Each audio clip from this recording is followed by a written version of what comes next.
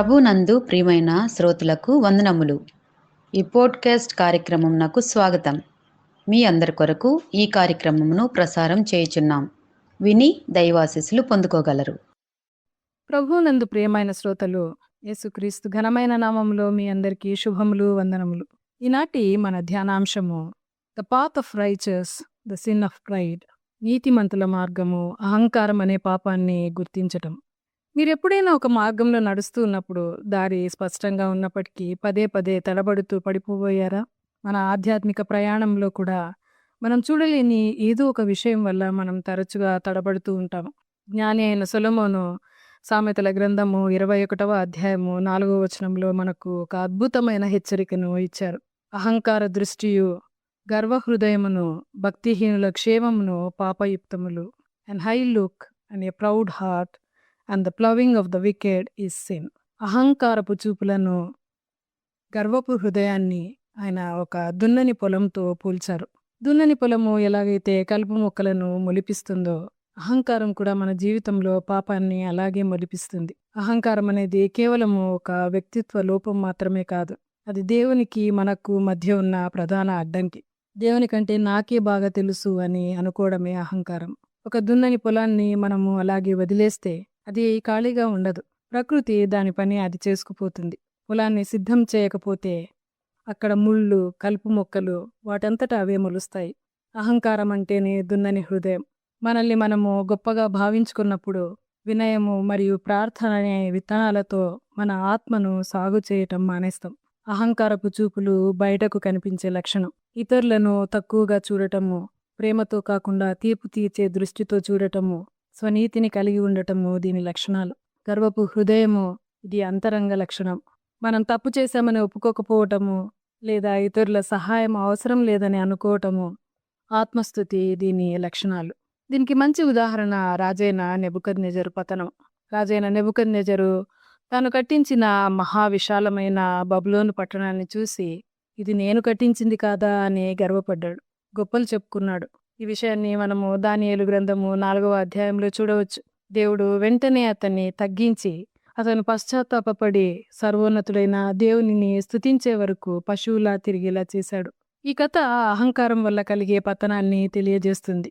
సామెతల గ్రంథము 16వ అధ్యాయము 18వ వచనంలో ఇలా రాయబడి ఉంది: నాశనమునకు ముందు గర్వము నడుచును.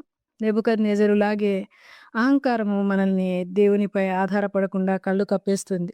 కానీ నీతిమంతులు అహంకారాన్ని తిరస్కరిస్తారు. నీతి మార్గం అనేది మనం సొంతంగా వేసుకున్న దారి కాదు, అది మనం అనుసరించాల్సిన మార్గం. దీని కొరకు దేవునికి లోబడి జీవించడం చాలా అవసరం.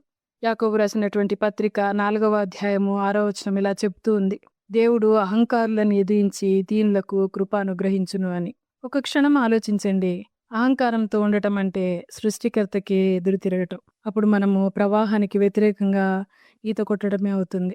అహంకారము దేవుడు నాకు అనుగుణంగా ఉండాలని కోరుకుంటుంది. కానీ నీతి అంటే సమతుల్యత, అది దేవుని చిత్తానికి అనుగుణంగా నడుచుకోవటం. మనం అహంకారం అనే భారాన్ని మోస్తున్నప్పుడు నీతి మార్గంలో నడవలేం. ఎందుకంటే మనము మన విజయాలను చూసుకుంటూ మనల్ని మనము అద్దంలో చూసుకోవడంలోనే మునిగిపోతాము. లూకా సువార్త 18వ అధ్యాయంలో చెప్పబడిన పరిసయ్యుడిలా తయారవుతాము. ఇతరులలాగా నేను లేను అని గర్వపడే బదులు సుంకరిలాగా వినయంతో దేవుని దగ్గరకు వెళ్ళటమే నిజమైన నీతి. ఈరోజు సామెతల గ్రంథము 21వ అధ్యాయము 4వ వచనము మనల్ని హెచ్చరిస్తూ ఉంది. అహంకారం అనేది చిన్న లోపం కాదు, అది ఒక పాపభూయిష్టమైన పరిస్థితి. మనం నీతిమంతుల మార్గంలో నడవాలంటే ప్రతిరోజు మన ఆలోచనలను, ఉద్దేశంలను, మన వైఖరిని పరీక్షించుకునే వారంగా ఉండాలి. నేను దేవుని మీద ఆధారపడుతున్నానా లేక నా స్వశక్తి మీదనా అని మనల్ని మనం ప్రశ్నించుకోవాలి. నీతి మార్గము మన స్వశక్తి మీద నిర్మించబడదు, అది దేవునికి లోబడటం ద్వారా నిర్మించబడుతుంది. నీతి మార్గము వినయంతో కూడినది, కానీ అదే జీవానికి దారి తీసే ఏకైక మార్గం. ఈరోజు మన హృదయాలను సిద్ధం చేసుకుందాం. అహంకారం అనే కలుపు మొక్కలను తొలగించి దేవునికి ఇష్టమైన ఫలాలను ఫలిద్దాం. దేవుడు ఈ కొద్ది మాటలను ఆశీర్వదించి మనలను నీతి మార్గంలో నడిపించునుగాక. తండ్రి, కుమార, పరిశుద్ధాత్మ త్రియేక దేవుని నామంన ఆమేన్. ఈ కార్యక్రమమును గూర్చి మీ సలహాలు మరియు మీ ప్రార్థనా అవసరతల కొరకు మమ్మను సంప్రదించవలసిన మా ఫోన్ నంబర్ 9480585039 మరియు ఈమెయిల్ ఐడి info@fibaonline.org.